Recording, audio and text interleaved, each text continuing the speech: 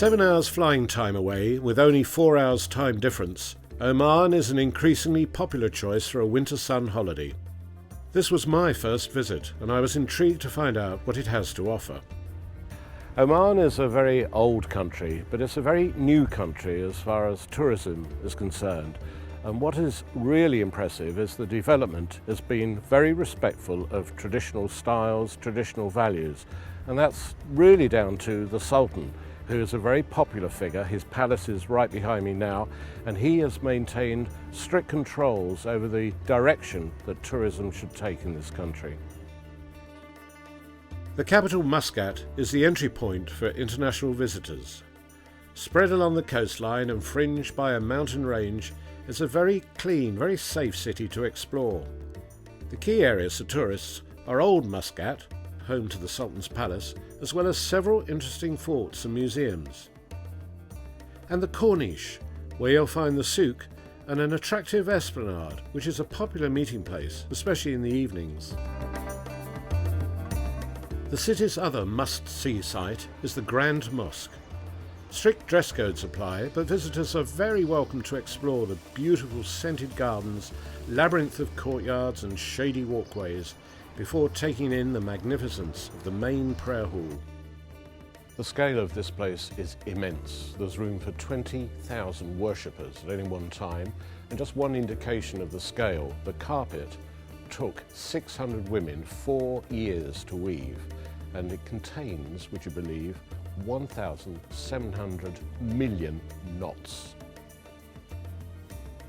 Aside from city sights, Muscat's other trump card is its hotels. There aren't many capital cities in the world where you can stay in a 5-star luxury hotel right on the beach.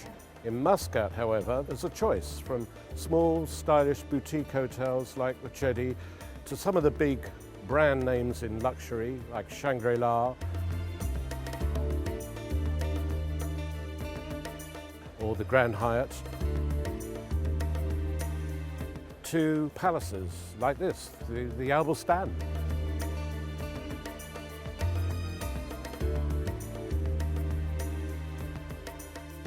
The standards across all hotels are generally high. I was particularly impressed by the level of service and friendliness of the staff. And although not available outside, alcohol is served in all the hotels, as well as some of the local restaurants. If you can drag yourself away from your lounger by the beach or pool, beyond the city there's plenty more to see. A popular day trip is a drive into the mountains, which begins with a tour of the ancient capital, Nizwa. Get there early on a Friday, and like me, you'll get the chance to witness the extraordinary spectacle of the local cattle market. We've driven about an hour, but we've actually travelled maybe, 2,000 years. It's an auction. The guys are parading the cattle and goats around this circle. There are various kind of people bidding. It seems total chaos, but I'm sure everybody here knows exactly what's going on. That one, how much is that one? The one 131, all right. And this one, he's... 140. Right, oh, he's got a bit wild, that one. Still in Nizwa, take time also to wander around the souk and explore the impressive fort, which dominates the town and offers fantastic views of the surrounding area. Heading up into the mountains, the drive through these spectacular ranges is punctuated with visits to remote mountain villages, perched impossibly on the steep slopes. Again, life here has been unchanged for centuries, with ingenious methods of capturing precious water supplies and irrigating lush pockets of fruit and flower cultivation. Driving through the mountains is a complete wilderness experience. They're totally desolate, you don't see a soul, and you come to a site like this. This is the Grand Canyon. It's second in the world to the one in Arizona. It's absolutely immense and drops straight down below me. Rather scary, in fact. For extended stays in the mountains, maybe to do some trekking or climbing, there's a couple of hotel options in Nizwa. The Golden Tulip, for example, just outside the town, is in a great setting in the foothills of the peaks. Rock dominates the Oman interior and provides some wonderful natural attractions. Heading south of Muscat, there's the extraordinary Beamer's Sinkhole, a popular spot for a refreshing swim. And all over Oman you'll find wadis. They're rivers that cut through these great chasms of rock, cliffs on either side. You can come on a hot day and splash around in these beautiful pools, and some of them you can actually drive along in the four-wheel drive vehicles known as wadi bashing. From wadi bashing to dune bashing.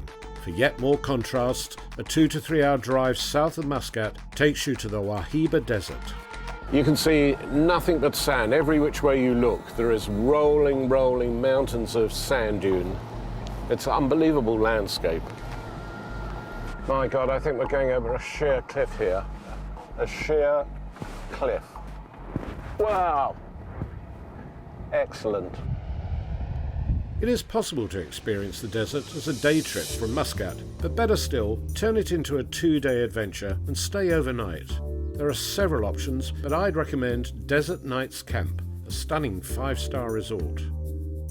If you stay a night in the desert, as well as all the activities you can do, the dune bashing, the quad biking, camel riding and so on, you can just take time to soak up the atmosphere of the desert, which is a remarkable, magical, very romantic place to be at night. Well, we've seen a bit of everything this week. We've gone on desert adventures, we've seen forts, we've seen beaches, we've seen absolutely breathtaking mountain scenery, and we've seen some rather wonderful hotels too. You could come to Oman and spend a week or two on a sun lounger by the pool. Or you can get out and explore, meet the locals and have some really memorable experiences. My advice, combine the best of both.